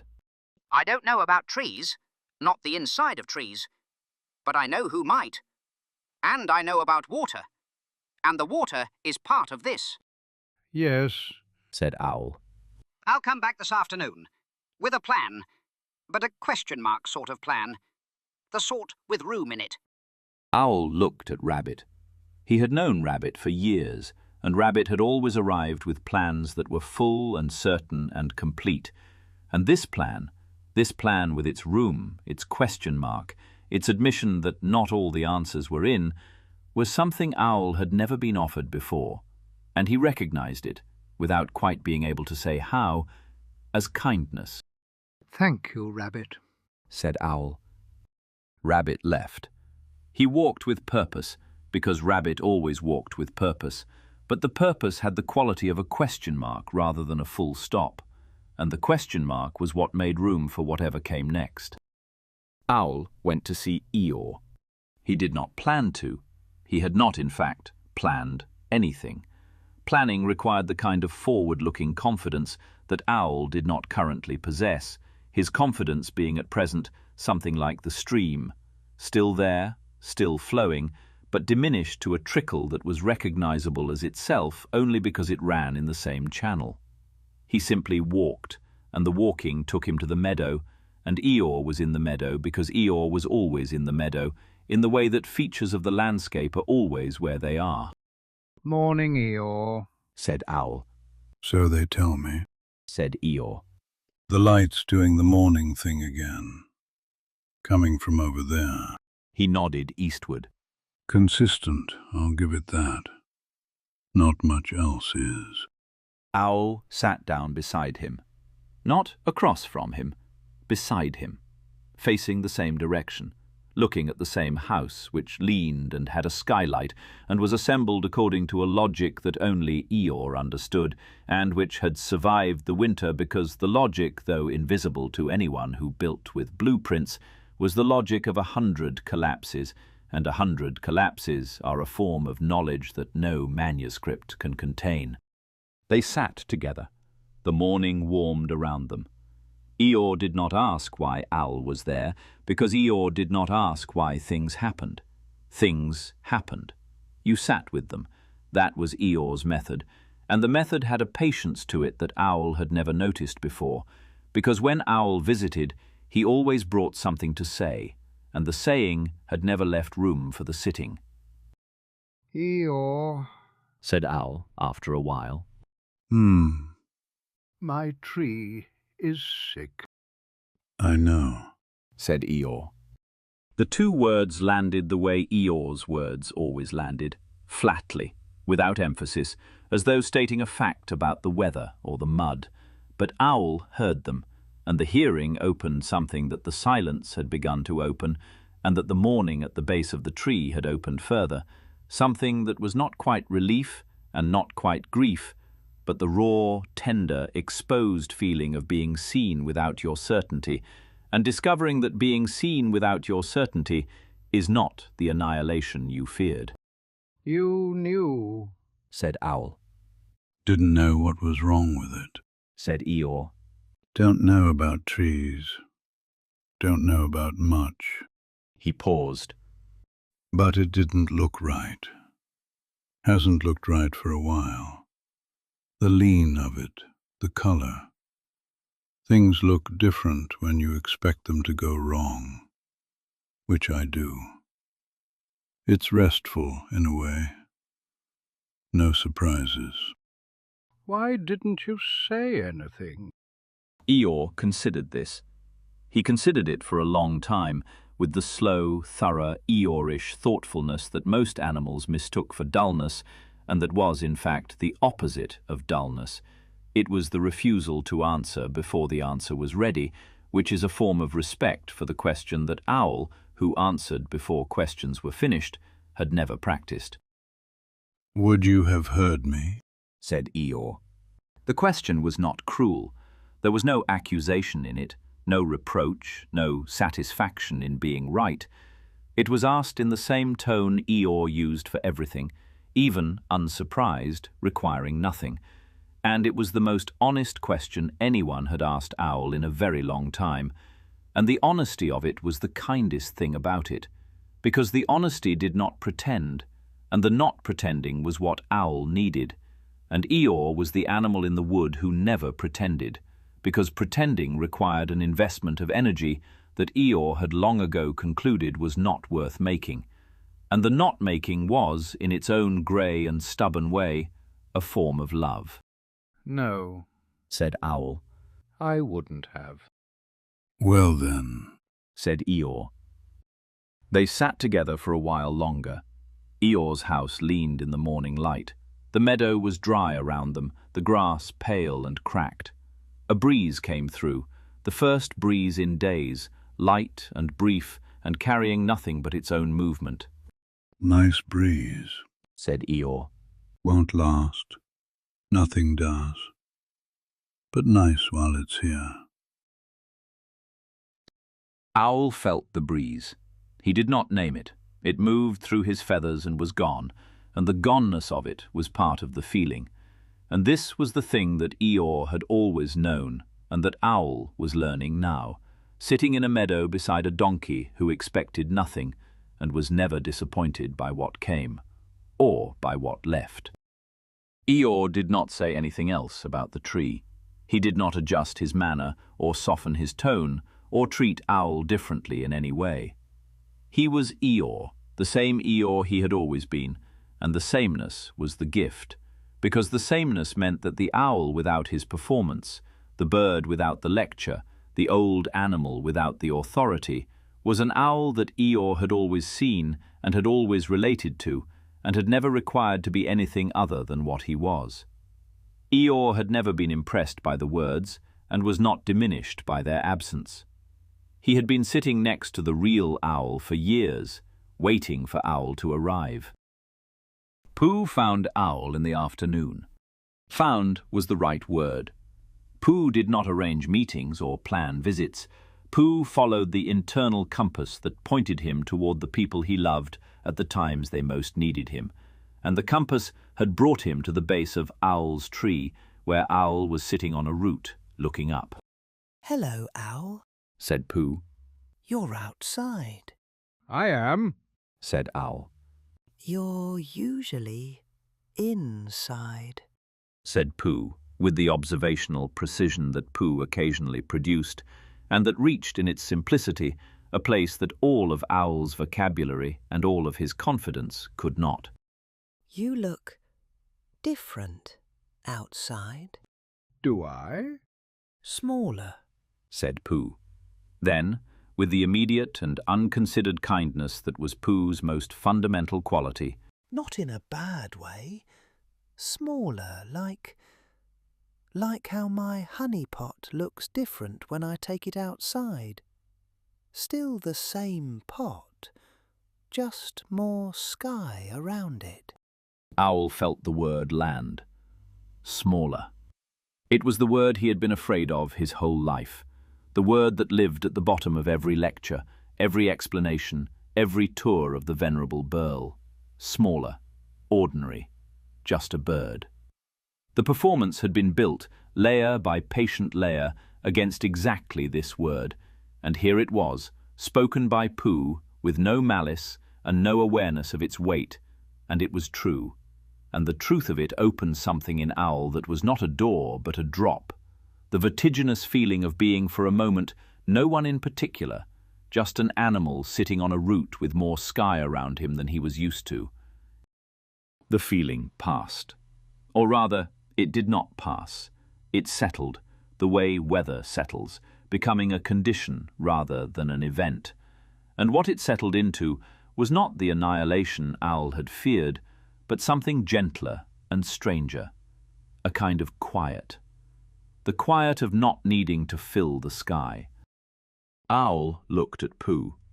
Pooh looked back with the open, unhurried expression of a bear who has said what he has said, and is comfortable with having said it, and would now like to sit down, which he did, on the root next to Owl, because sitting was always better than standing, and sitting next to a friend was always better than sitting alone. Pooh.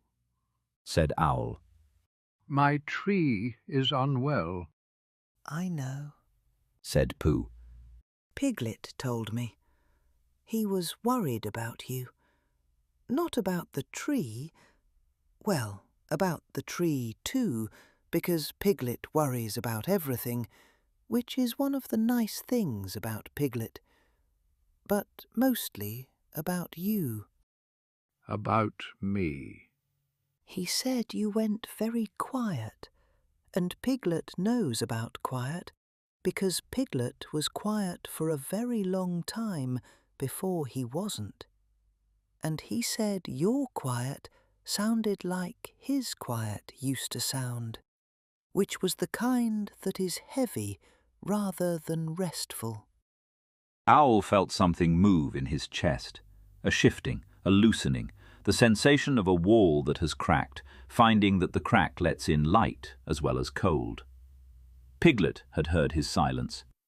Piglet, who had lived inside silence for years, had recognized Owl's silence the way a speaker of a language recognizes it spoken by someone else. Not the words, but the sound, the quality, the particular weight of things unsaid. I have been... Owl began, and the old machinery stirred. The subordinate clauses, the qualifications, the careful architecture of a sentence designed to contain rather than convey.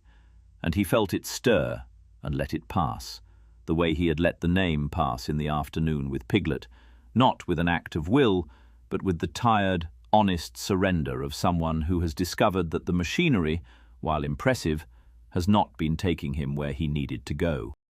I have been looking at my tree, said Owl. from the outside. I have been inside it for years, Pooh, and I described it. Every part of it, every feature, every seasonal change. And I was wrong. Not wrong about the facts, wrong about... He stopped. The word he needed was not a word he had. Or rather, it was a word he had always had and had never used for himself, because it was a word for other animals, for animals who did not understand, for animals who needed things explained to them. Wrong about what it meant, said Owl. Pooh nodded.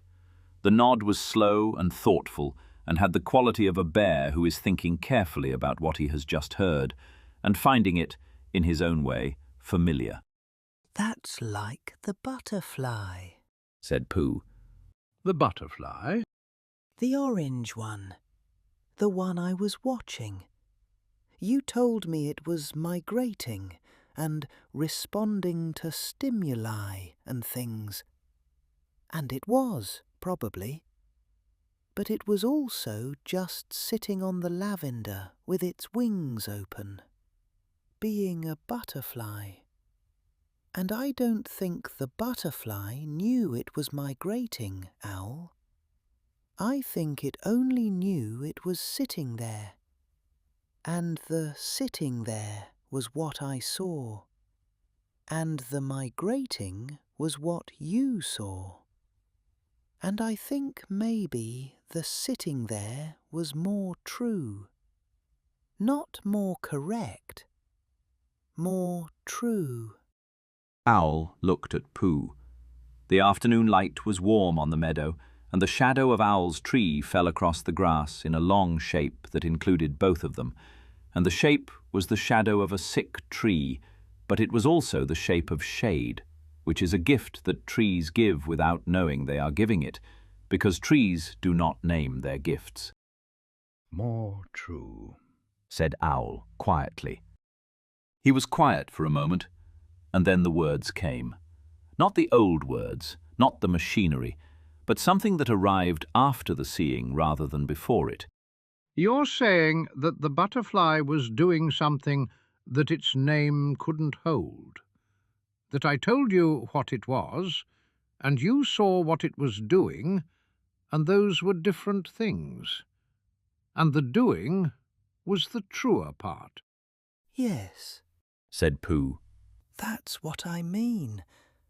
I didn't know I meant it until you said it, but that's what I mean. Pooh smiled. It was a Pooh smile, unhurried, warm, the smile of a bear who has been understood. And Owl felt, in the space where the old performance had lived, something new settle into place. Not the gift of naming, which had been his armour, but the gift of giving someone else's seeing back to them in words. Not language that replaced the seeing, language that held it, the way a cup holds water. The cup is not the water, but the cup is what lets you carry it home. Would you like some honey, Owl? said Pooh. I have some at home, the warm kind. Yes, said Owl. I would like that very much. They walked together to Pooh's house, and the walking was quiet, and the quiet was the good kind. Not the silence of the furniture-stripped room, but the silence of two animals who have said what needed saying, and are comfortable now with the air between them, which does not need filling, because it is already full. The rain came in September. It came without drama. No thunderstorms, no sudden breaking of the sky. It came the way real relief comes, which is gradually and without announcement, and after you have stopped expecting it. A grey morning, a softening of the air, and then the sound of water on leaves, steady and unremarkable, the sound of a thing that has been missing, returning, as though it had never left. The wood received it quietly. The earth, which had been cracked and pale for weeks, darkened and softened.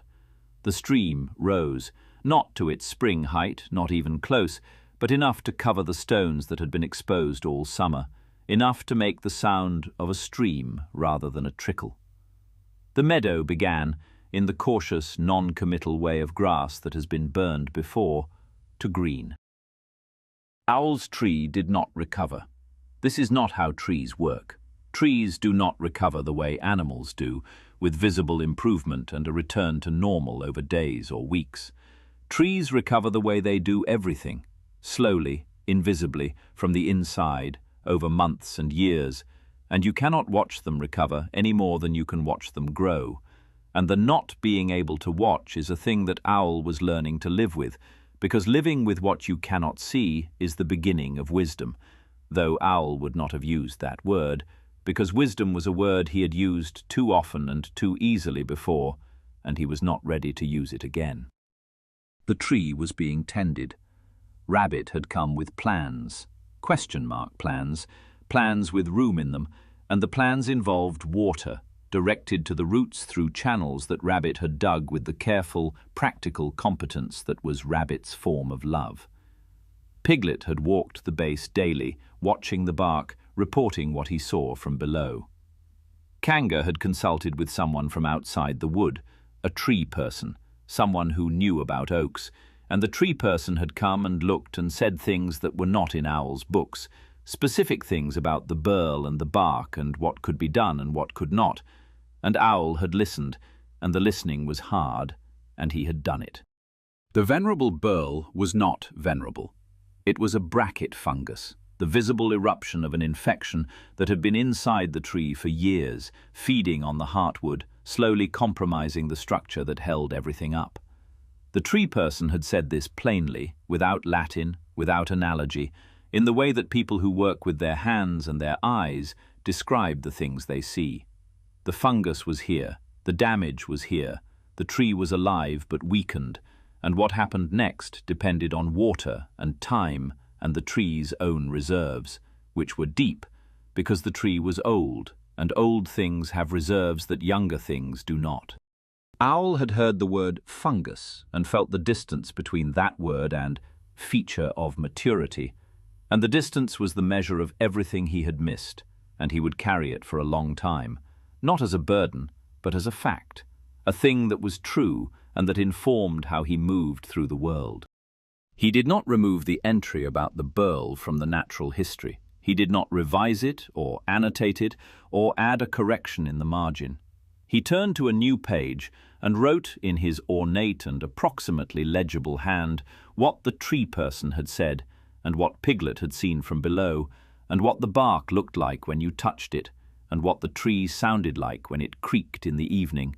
Not the classification of the sound, but the sound, as close as words could come to it, which was not very close, but which was closer than settling strain and hygroscopic movement, because the new words were trying to reach the thing rather than replace it.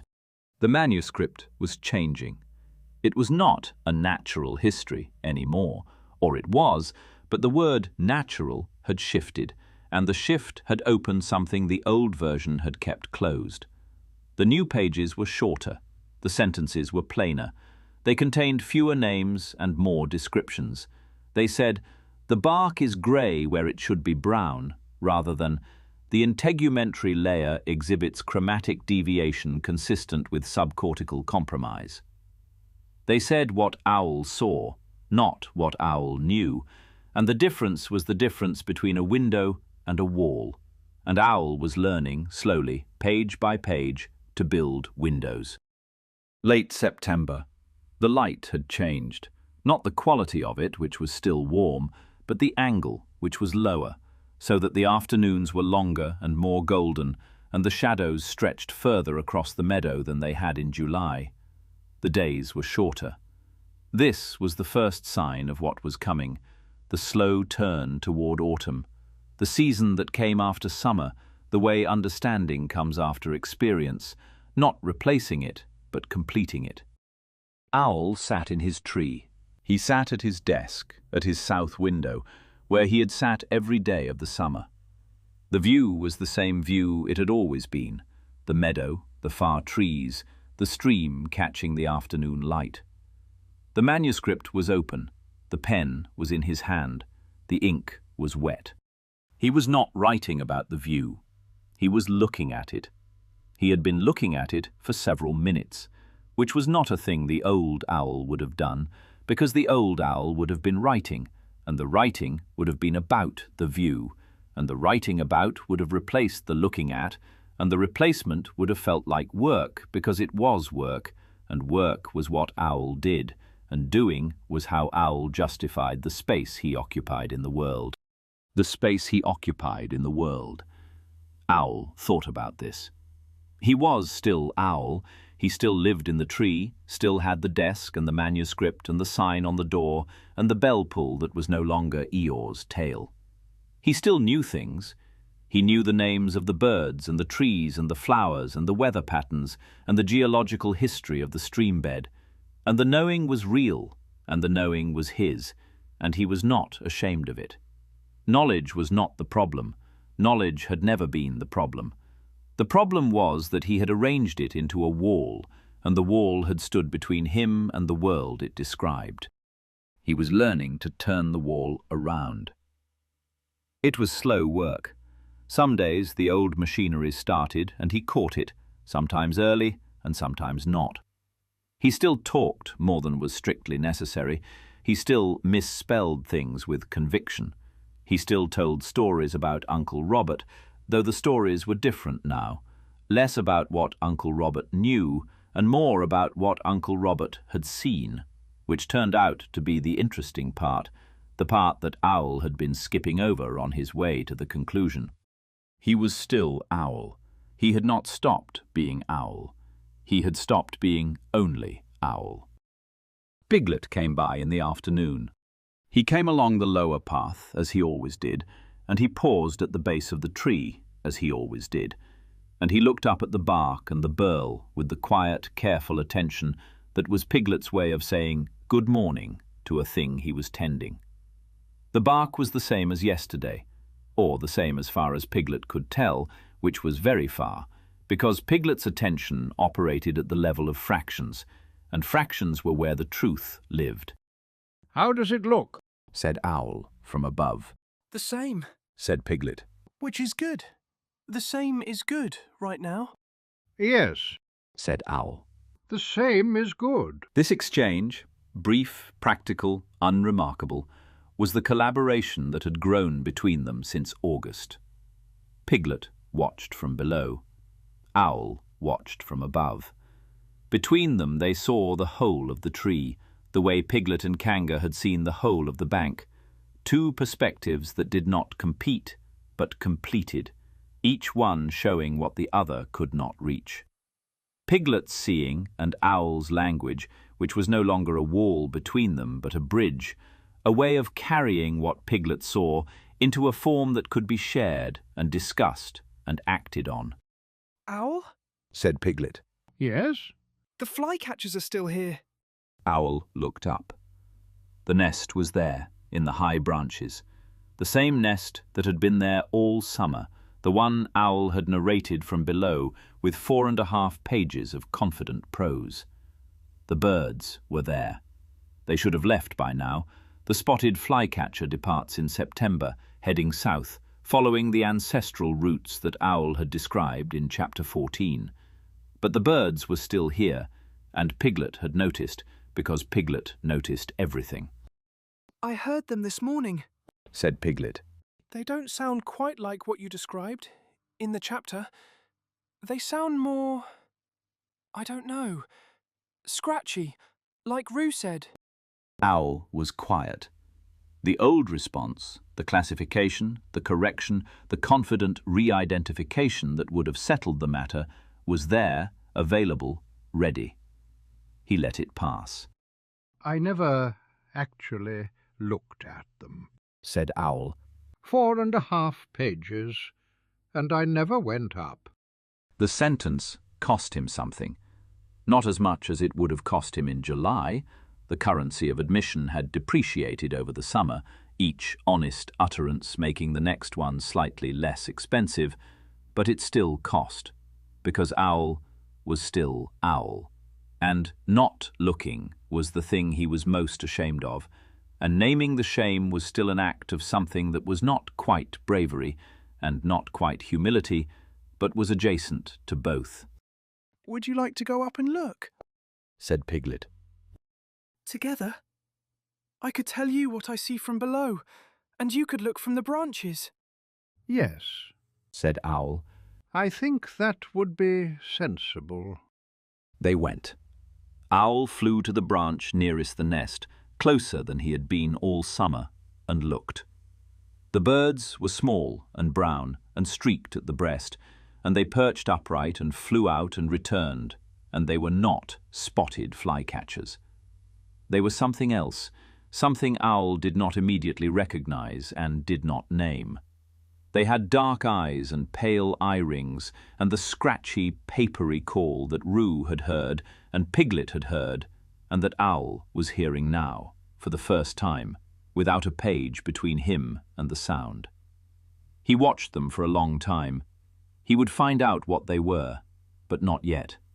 For now, it was enough to see them.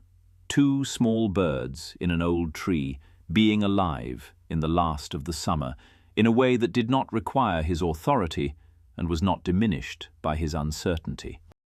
The evening came on slowly, the way September evenings do, with patience, with warmth, with the long, unhurried generosity of a season that knows it is ending and is not in a rush to leave. Owl sat at his window. The view was the same view. The meadow, gold in the late light. The stream, audible now that the water had returned, running over the stones in the sound that streams make when they are being streams, which is the sound of water finding its way through. The manuscript was open on his desk. The new pages were there, shorter, plainer, full of what Owl had seen rather than what Owl had known. The old pages were there too, 261 pages of the animal he had been, ornate and confident and arranged into a wall. He had not thrown them out. You cannot understand a window without understanding the wall it replaced. The tree held him. It held him the way it always had, patiently, without commentary, and the holding was the same holding it had been all summer, and all the summers before, and the tree did not know that Owl had changed, because trees do not know such things. And this was perhaps what the long, dry, difficult season had been teaching him all along, that the world does not wait for you to see it. It is what it is while you are busy naming it something else. It is only your seeing that catches up, and the names have not gone, but they have made room, and the room is not a failure. It is enough. Below, on the lower path, Piglet walked home with his scarf around his neck. Eeyore sat beside his house, which leaned, and watched the evening come in with the unsurprised patience of someone who had seen many evenings and expected this one to be much the same, which it was, and this was, if you thought about it, a kind of comfort. Pooh's chimney let out a thin line of smoke. Inside there would be honey and warmth, and the humming that Pooh made when he was thinking about nothing and finding the nothing agreeable. The wood settled, the light faded, the stream ran. Owl looked out his window at the 100 Acre Wood in the last of the September light, and the light was amber and low, and it touched everything, the meadow, the stream, the far trees, the near ones, the path and the grass and the leaning house and the thin smoke, and all of it, the whole of it, the place he had lived his entire life and had described 10,000 times. He was seeing it now, in the evening, in the quiet, and he did not name it. He watched the light hold the wood for a long moment, and then the light let go, as light does, and the evening was there.